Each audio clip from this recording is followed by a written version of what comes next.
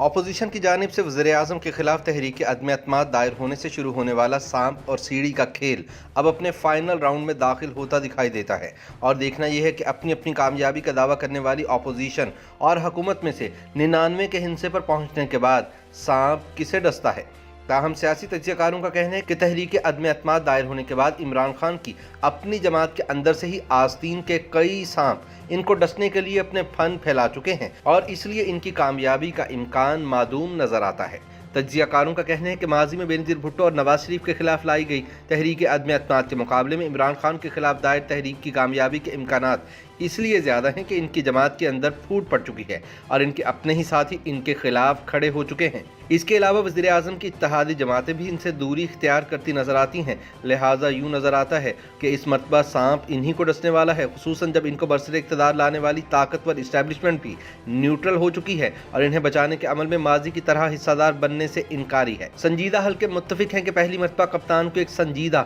اور حقیقی خطرہ لاحق ہو چکا ہے۔ عمران خان کے لیے بڑی پریشانی یہ ہے کہ ان کی حکومت بنوانے میں مرکزی کردار ادا کرنے والے جہانگیر ترین اور عبدالعلیم خان ان سے راہیں جدا کر چکے ہیں، اور شنید ہے کہ ان کے گروپ کے 20 اراکین قومی اسمبلی تحریک عدم اعتماد میں اپوزیشن کا ساتھ دیں گے۔ دوسری جانب گجرات کے چودھری وزارت اعلیٰ کے امیدوار تھے، لیکن وزیر اعظم عثمان بزدار کو نہ ہٹانے کی ضد پر قائم رہے، جس کے بعد اب چودھری شجاعت حسین نے دوبارہ سے اپوزیشن کا رخ کر لیا ہے اور وزارت اعلیٰ کی بجائے پرویز الہی کی اسپیکرشپ برقرار رکھنے کے عوض اپنی حمایت کا یقین دلا رہے ہیں۔ قومی اسمبلی میں 5 سیٹیں رکھنے والی کاف لیگ کے سیکرٹری جنرل طارق بشیر چیمہ نے بھی واضح طور پر کہہ دیا ہے کہ جب عمران خان کی اپنی جماعت کے لوگ ان سے علیحدہ ہونے پر تیار ہیں تو پھر ان کی اتحادی جماعتیں کیسے ان کے ساتھ کھڑی رہ سکتی ہیں۔ کپتان کی ایک اور بڑی پریشانی یہ ہے کہ سر توڑ کوشش کے باوجود قومی اسمبلی میں 5 نشستیں رکھنے والی بلوچستان عوامی پارٹی کی قیادت نے بھی ان سے ملاقات سے انکار کر دیا ہے۔ ماضی قریب میں بلوچستان کی وزارت اعلیٰ سے ہٹائے جانے والے باپ کے مرکزی رہنما جام کمال نے واضح الفاظ میں کہہ دیا ہے کہ وہ فی سبیل اللہ عمران خان کا ساتھ نہیں دے سکتے۔ اسی طرح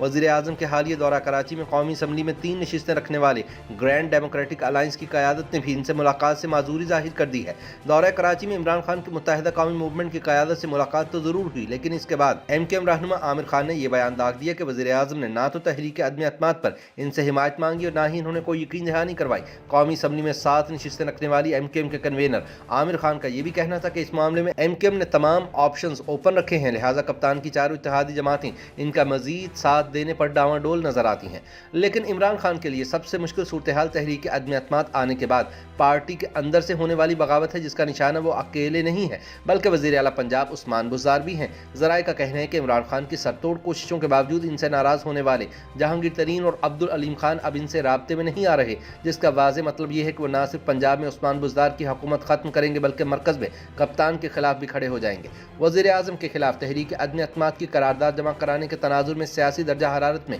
اضافے کے ساتھ ہی وفاقی دارالحکومت میں بھی سرگرمیاں عروج پر ہیں اور جوڑ توڑ میں تیزی آتی جا رہی ہے۔ اپوزیشن ذرائع پر اعتماد ہیں کہ تحریک عدم اعتماد پر ووٹنگ سے پہلے ہی تحریک انصاف اور اس کی اتحادی جماعتوں کے اراکین قومی اسمبلی کی اتنی بڑی تعداد عمران خان کے خلاف کھڑی ہو جائے گی کہ ان کے پاس استعفیٰ دینے کے سوا کوئی آپشن باقی نہیں بچے گا۔